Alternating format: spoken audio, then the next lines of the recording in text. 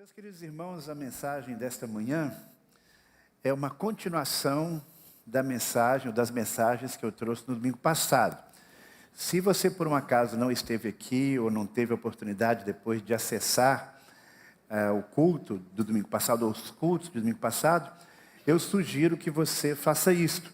Porque ali nós temos toda a fundamentação daquilo que eu estou trazendo hoje e também no próximo domingo. Nós estamos falando sobre sementes que podemos e devemos plantar para esse novo ano. Nós estamos começando um novo ano.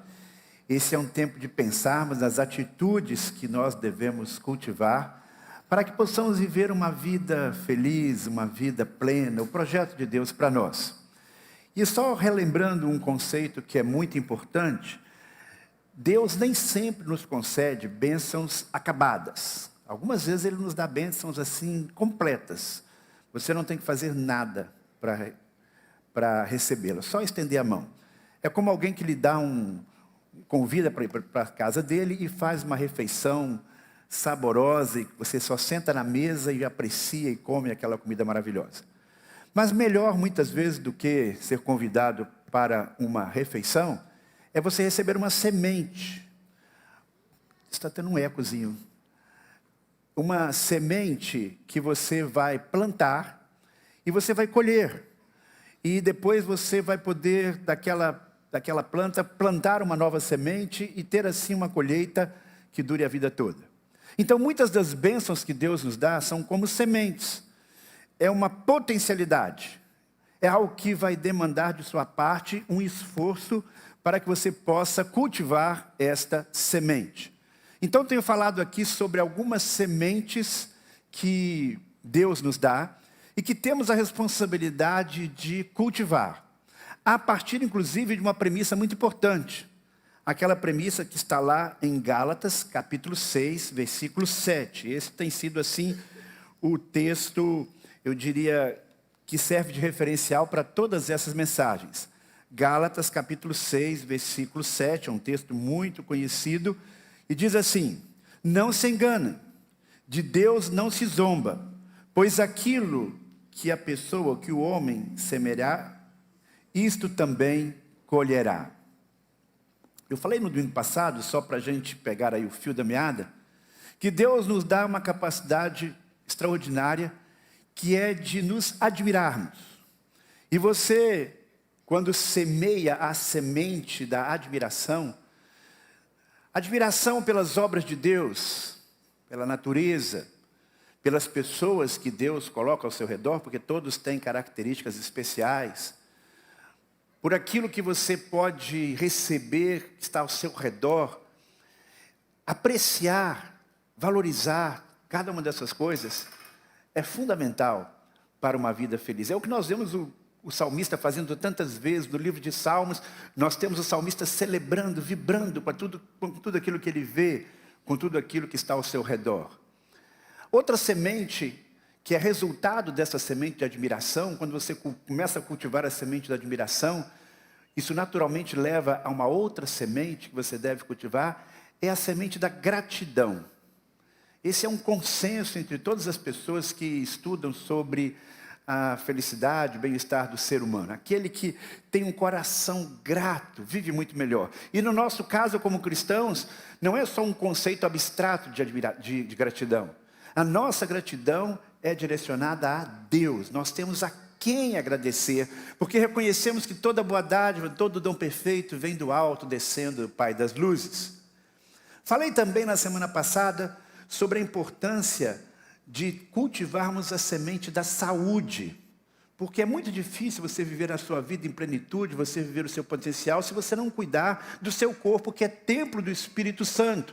E aí eu não preciso repetir aqui uma série de cuidados, você já sabe muito bem, que você e eu temos que ter com este invólucro tão especial, que nos permite estar aqui na terra durante o tempo que Deus tem para a gente. E o melhor é que ele seja um corpo saudável. E isto, numa certa medida, depende também das nossas escolhas, das nossas atitudes. Mas não basta cuidar do corpo, é preciso cuidar também da mente. Por isso nós devemos estar buscando, frequentemente, estar cultivando as sementes da sabedoria. Sabedoria que vem de Deus, sabedoria para tomar decisões certas nas mais diferentes áreas da vida. E falei também, no domingo passado, sobre as sementes da comunhão com Deus. Porque ninguém vive plenamente feliz e abençoado se estiver desconectado do Criador. Se não tiver uma comunhão com o Senhor. E aí o desafio não é apenas ter uma comunhão com Deus, mas cultivar um relacionamento de intimidade com Deus.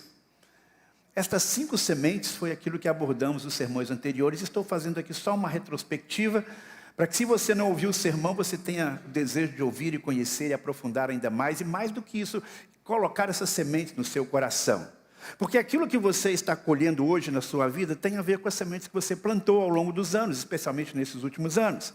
Aquilo que você vai plantar agora em 2024, algumas sementes vão florescer ainda neste novo ano que estamos começando, e outras vão florescer no futuro. Então as coisas não acontecem simplesmente por um acaso na nossa vida.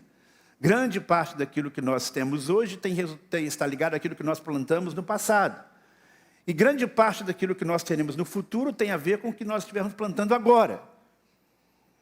Há uma lei da semeadura muito importante. Então veja os seus atos e as suas atitudes interiores como sementes que você está plantando no solo do seu coração. E eu quero falar hoje sobre mais 2 sementes. Esta semente da qual eu vou falar hoje, ela é de grande importância, porque aquele que trabalha aqui, no dia que se aposentar, deixar de trabalhar, vai perceber como esta semente é importante. Ela pode evitar que você fique muito deprimido, muito triste.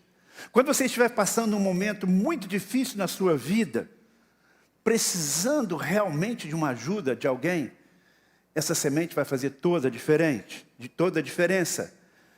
Quando você viver uma situação difícil e você sabe no fundo do seu coração que essa situação é resultado de um erro que você cometeu, se você plantar essa semente da qual eu vou falar hoje, você com certeza estará mais fortificado e ajudado para passar por aquela situação difícil.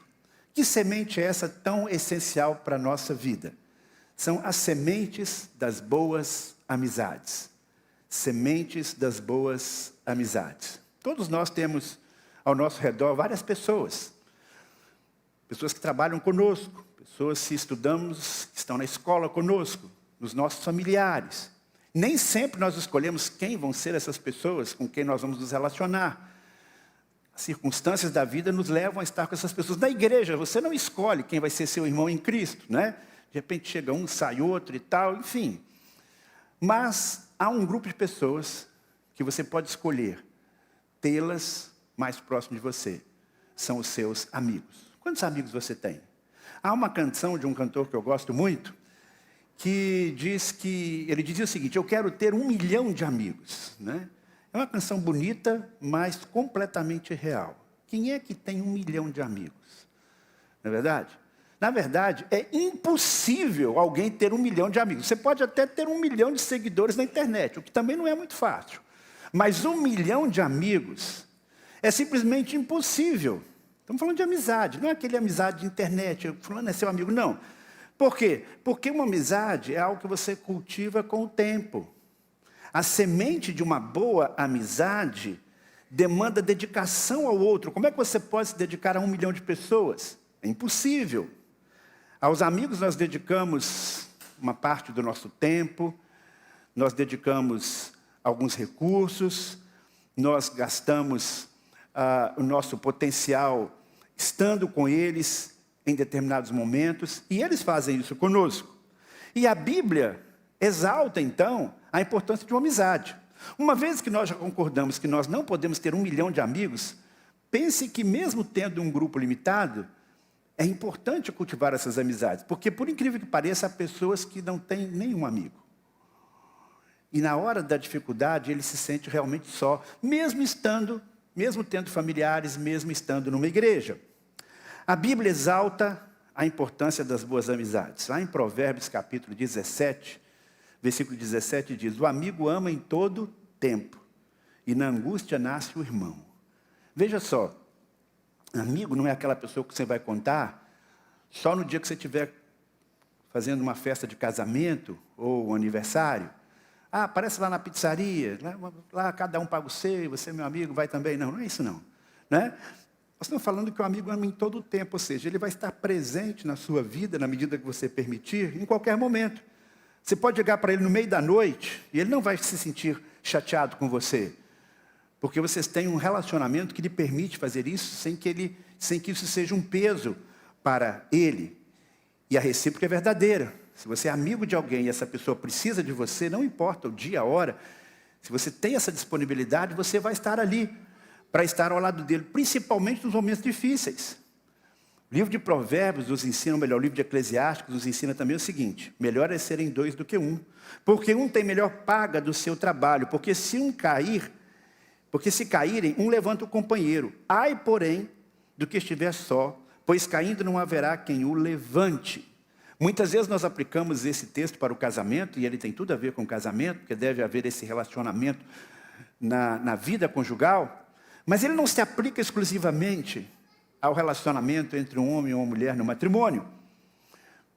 Quando nós empreendemos algo e temos um amigo ao nosso lado, ele nos incentiva, ele nos ajuda, ele nos dá força. De repente, se ele pode ser o nosso parceiro naquele negócio, isso é maravilhoso. Mas nem tudo que a gente faz, nem todos os momentos que a gente vive na vida são de vitória. Algumas vezes nós caímos, nós fracassamos. E se você tem um amigo de verdade, esse amigo vai estar ali para lhe dar a mão, para ajudar você a sair do buraco onde você está. O texto, então, nos desafia a sermos desses amigos. E o livro de Provérbios está recheado de ensinamentos que exaltam exatamente o valor e a importância da amizade, de boas amizades. Perfume e incenso trazem alegria e coração. Do conselho sincero do homem nasce uma bela amizade. Então nós temos aqui uma outra característica de uma boa amizade. É alguém que tem liberdade para dar conselhos para você, alguém que você procura ouvir, é alguém que você abre o seu coração. A Bíblia diz que nós temos que ser cuidadosos com os nossos amigos, ou seja, na escolha dos nossos amigos. E ele explica por quê. Quem anda com sábio será sábio, mas o companheiro de insensato se tornará mau. Então nós devemos realmente selecionar as pessoas que serão os nossos amigos. Sabe por quê? Porque existe um vínculo muito profundo, maior do que a gente pode imaginar, entre dois amigos íntimos. Se você escolheu alguém para ser seu amigo íntimo, significa que você está abrindo espaço da sua vida para ele influenciar você. E se ele for uma boa influência, maravilha.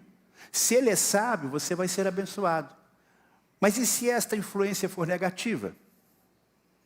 Então, a amizade ela tem esse viés importante. São pessoas que você escolhe para que exerçam influência sobre você. Ah, pastor, mas eu sou a cabeça feita. Eu já passei dos 50. Ninguém me influencia. Conversa fiada. Porque se você tem um relacionamento com uma pessoa e ela não influencia você, pode ser até que ela conviva com você há muito tempo, mas ele não é seu amigo. Porque a amizade implica em essa permissão de influência. Eu diria mais do que a permissão. Se você caminha junto com uma pessoa há muito tempo e fica ali interagindo com ela, não é? E você se permite desenvolver um relacionamento de amizade com ela, ela vai influenciar você e vice-versa. Alguém, aliás, já disse que uma das coisas que mais determina o que nós somos ao longo dos anos tem a ver com as amizades que a gente faz, com os livros que a gente lê e eu diria com os filmes que a gente assiste. Então, é impossível você dizer, fulano é meu amigo, mas ele não me influencia. Ele tem as ideias dele, eu tenho as minhas e a gente... Porque não, a essência da amizade tem a ver com influência. Por isso a Bíblia diz que nós temos que ser cuidadosos, seletivos. Não é qualquer pessoa que você vai escolher para fazer parte do seu time de amigos. Por outro lado, você não define isso sozinho, porque a outra pessoa também precisa escolher ser seu amigo. E aí depende também das suas atitudes, para que este relacionamento possa florescer, para que essa semente seja cultivada. Nós devemos escolher então amigos que nos tornem mais sábios, mais bondosos, que ampliem os nossos horizontes, que cultivem disciplinas espirituais, com os quais os nossos principais valores espirituais e morais sejam comuns. Ele não precisa ter um temperamento parecido com o seu. Ele pode ter alguns gostos bem diferentes do seu.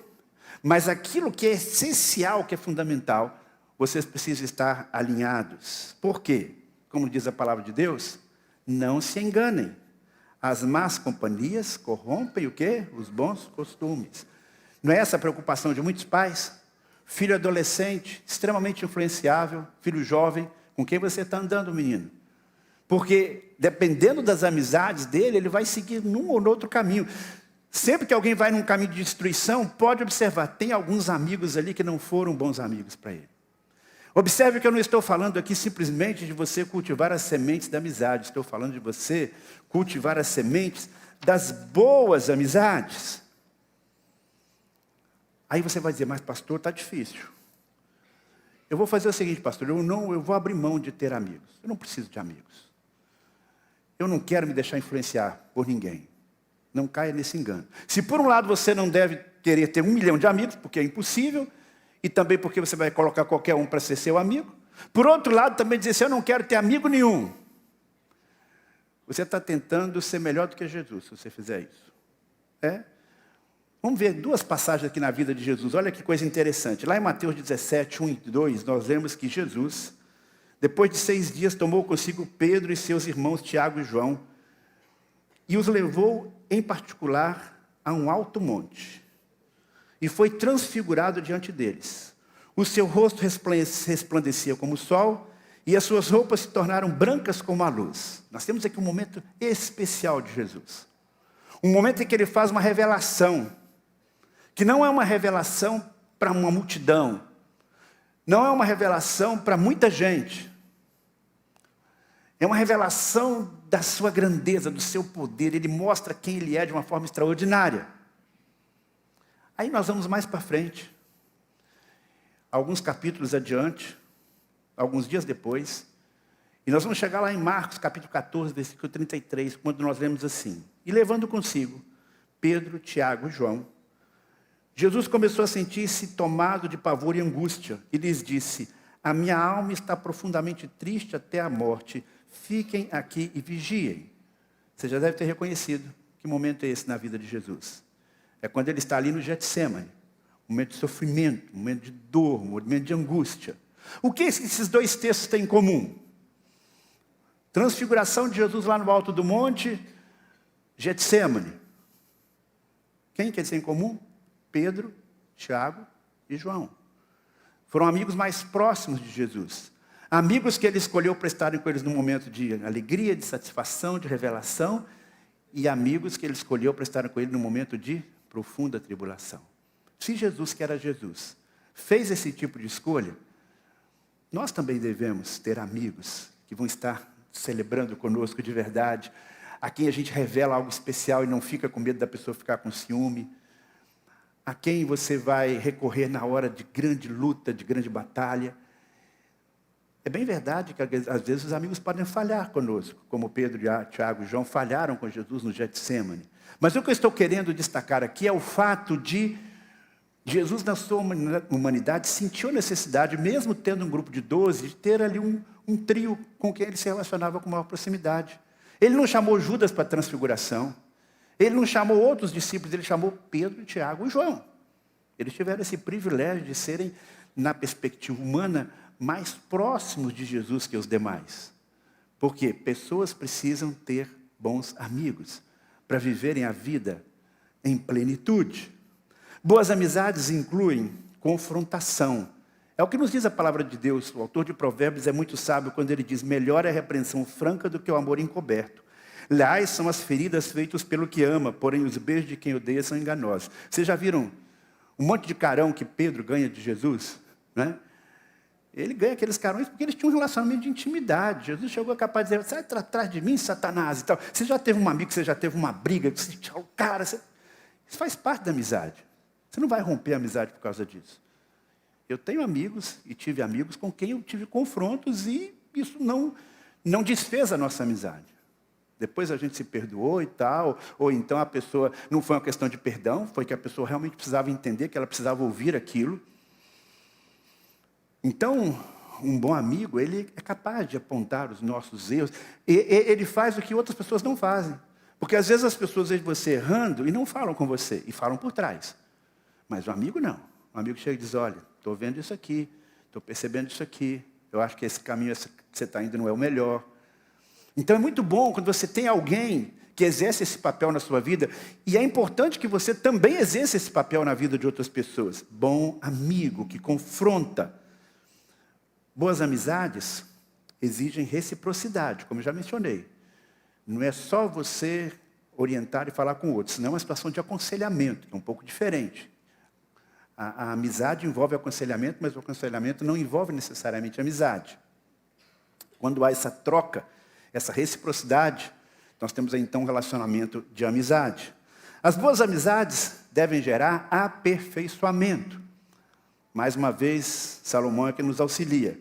Como o ferro afia o ferro, assim um amigo afia o outro. Provérbios 12, 17. Ou seja, os relacionamentos que você tem devem contribuir para que você seja uma pessoa melhor.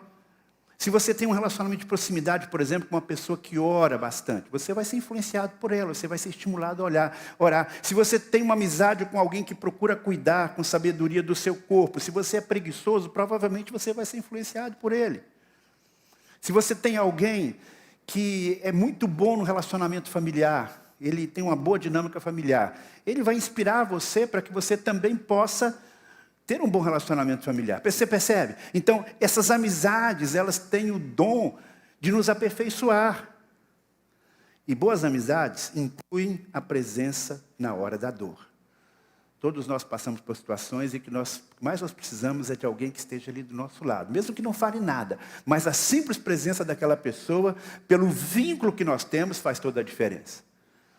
Então, a pergunta para nós é, como é que foi esse ano de 2023?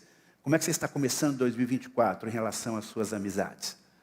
Intencionalmente você tem dito, eu quero investir na amizade com fulano, com cicrano, porque nós podemos escolher investir numa amizade. Quem devem ser os seus amigos? Obviamente que uma das grandes opções que nós temos de amizade é no contexto da igreja, onde nós vamos encontrar pessoas com valores semelhantes aos nossos, num pequeno grupo. Não significa que todos os membros do pequeno grupo vão ser seus amigos íntimos, mas no contexto, na convivência do pequeno grupo, você pode perfeitamente escolher alguém com quem você vai se relacionar de uma maneira mais profunda. Você pode ser escolhido por alguém e corresponder a esta proposta. Acho importante que você tenha também na sua família amigos, porque não basta você dizer, é meu familiar, é automaticamente meu amigo. Não é verdade. Você pode escolher ser amigo, inclusive da sua sogra. Inclusive, eu escolhi ser amigo do meu genro. Né? Eu tenho um relacionamento com meu genro de amizade, porque eu escolhi isso.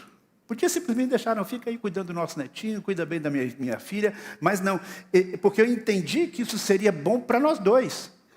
Então, você pode escolher dentro da sua família algumas pessoas com quem você vai abrir um pouco mais o coração, com quem você vai expor aquilo que você está pensando, sentindo, e ter essa mesma abertura de ouvi-lo e de ajudá-lo e de caminhar ao lado dele.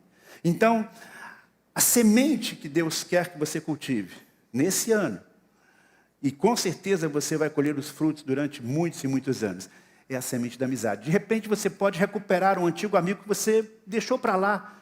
Hoje a internet permite isso, né?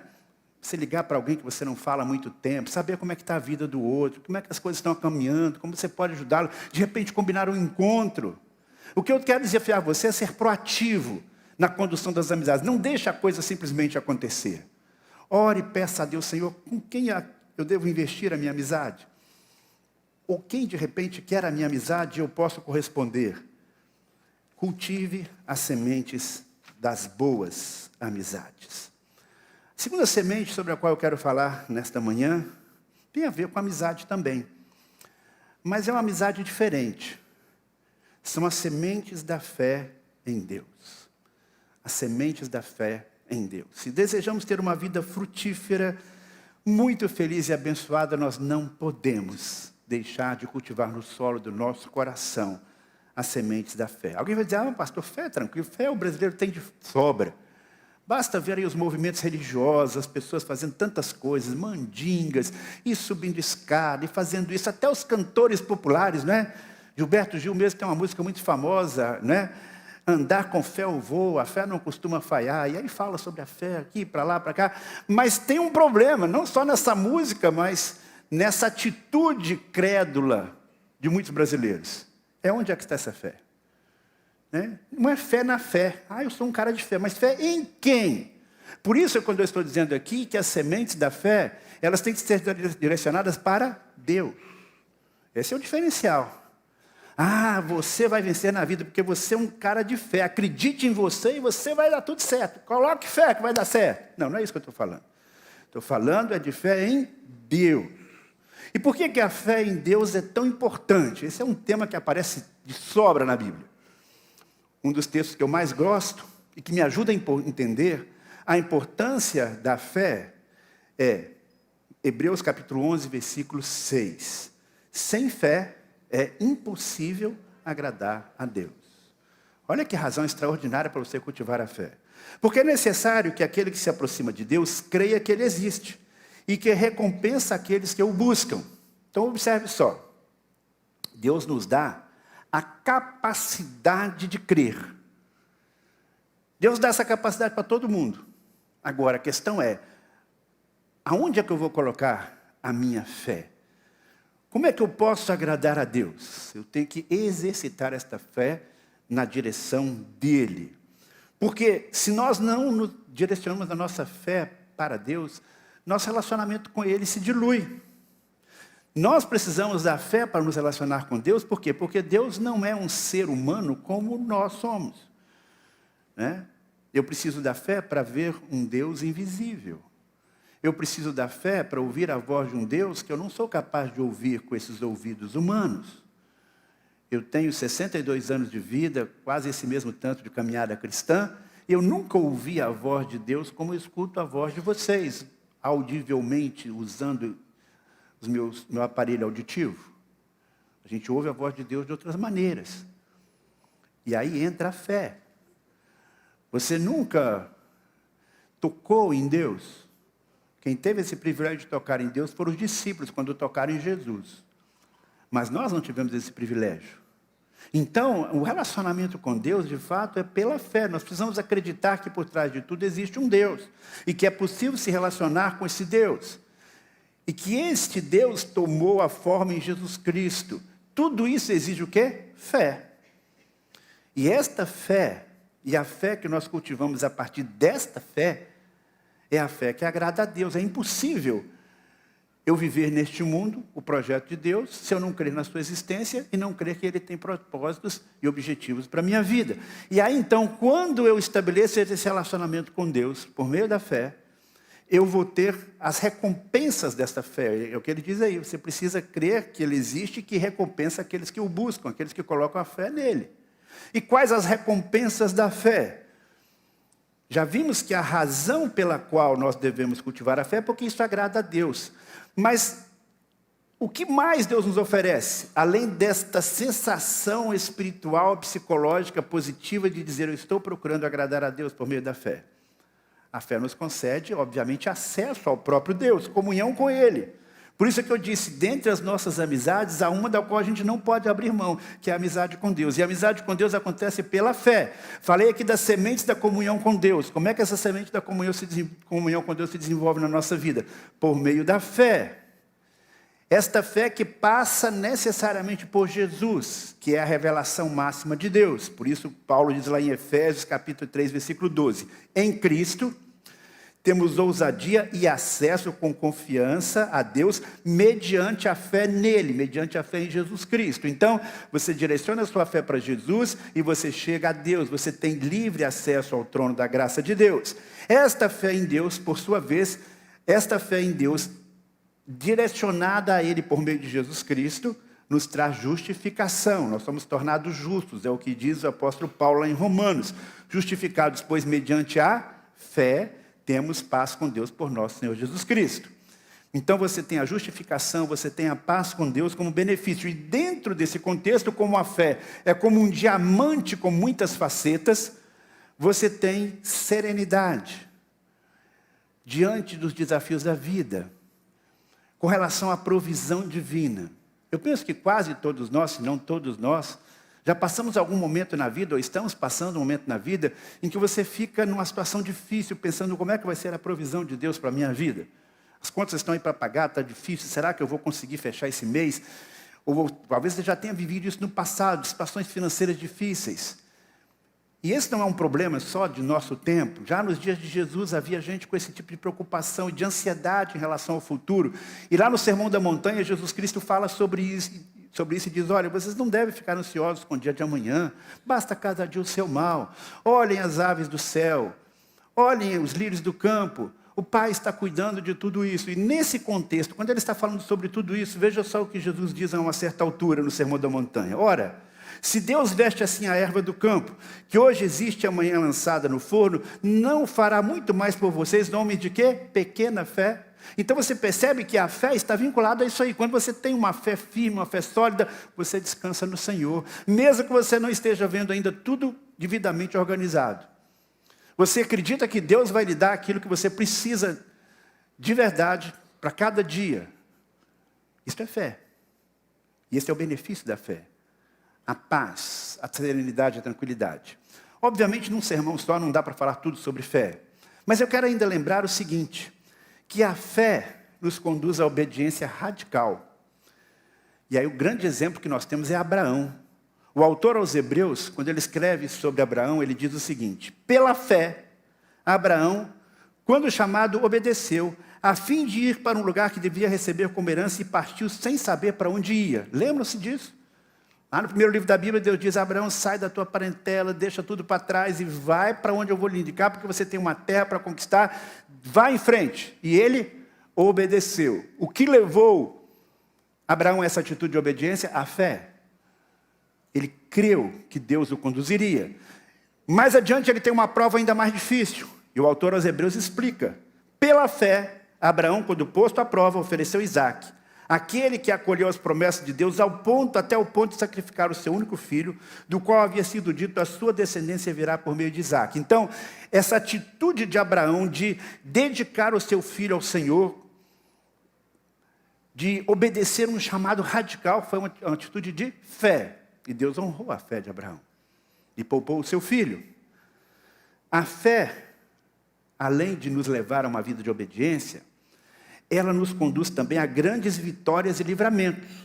Mais uma vez, é o autor de Hebreus, no famoso capítulo da fé, Hebreus 11, que diz o seguinte, certamente me faltará tempo necessário para falar de Gideão, de Baraque, de Sansão, de Jefté, de Davi, de Samuel e dos profetas, os quais, por meio da fé, conquistaram reinos, praticaram a justiça, obtiveram promessas, fecharam a boca de leões, extinguiram a violência do fogo, escaparam de serem mortos à espada, da fraqueza tiraram força, fizeram-se poderosos na guerra, puseram em fuga exércitos estrangeiros.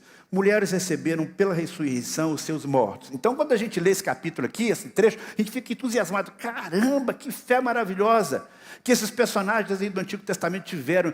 Fizeram e aconteceram grandes vitórias, muralhas derrubadas. Daniel lá na cova dos leões fecha a boca do leão pela fé que ele teve no Senhor. E por aí vai. Isso é verdade. A fé pode nos fazer ver coisas incríveis e conquistas que a gente jamais conseguiria sozinho. Mas a fé, mesmo a fé genuína, não nos garante que isto sempre vai acontecer. Porque o texto continua. E aí entra uma parte que algumas pessoas gostariam de pular. Não gostariam que tivesse na Bíblia, mas está. Veja só o que diz aí. A fé que nos leva a suportar todo tipo de provação. A fé que nos leva a suportar todo tipo de provação. Alguns foram torturados, não aceitando seu resgate, para obterem superior ressurreição. Outros, por sua vez, passaram pela prova de zombarias e açoites, sim, até de algemas e prisões. Foram apedrejados, cerrados ao meio, mortos ao fio da espada, andaram como peregrinos, vestidos de pele de ovelha e de cabra, passaram por necessidades, foram afligidos e maltratados. Todos estes, tendo obtido bom testemunho por meio da fé, não obtiveram a concretização da promessa. Quando eu leio esse texto aqui, eu fico pensando, tem muita gente que gostaria de tirar isso da Bíblia, né? Senhor, que a caminhada contigo seja só de vitória em vitória, tudo acontecendo, proatividade e tal. Mas exatamente a fé muitas vezes vai levar você a situações difíceis. Esse texto aqui, meus irmãos, faz todo sentido para os irmãos lá da igreja perseguida. Esse texto faz sentido para os irmãos lá da Ucrânia. Esse texto faz sentido para os irmãos lá da Palestina. Dificuldades, lutas, problemas. Isso me faz lembrar um episódio que aconteceu aqui no Primícia, alguns anos atrás, quando Dora pregou sobre José, né? E falou da fidelidade de José do Egito. E José foi fiel e tal, e ele foi preso, mas ele foi fiel, e por aí vai falando, exaltando José. Aí, depois que ela contou a história de José, e falou de todas as provações que ele passou, pediu um dos meninos para orar, e o menino orou: Senhor, eu quero ser como José. Eu quero ter uma fé como José. Senhor, se eu tiver de ser preso, Senhor, detalhe, Senhor, eu não quero ser preso. Então, às vezes a gente tem uma fé que só quer as coisas boas, né? E a gente coloca esse parênteses aí, um detalhe, né? Mas a verdade é que a nossa fé, ela amadurece no meio das tribulações, quando nós permitimos isso. Então, semeia as sementes da fé. E, finalmente, a fé em Deus nos permite experimentar grandes milagres. Sim, a fé, muitas vezes, é colocada como um pré-requisito para um agir especial de Deus. Por isso que a gente tem que pedir: Senhor, ajuda-nos a alimentar essa fé nas horas mais difíceis. E aí tem um texto na Bíblia que eu acho fantástico, não é?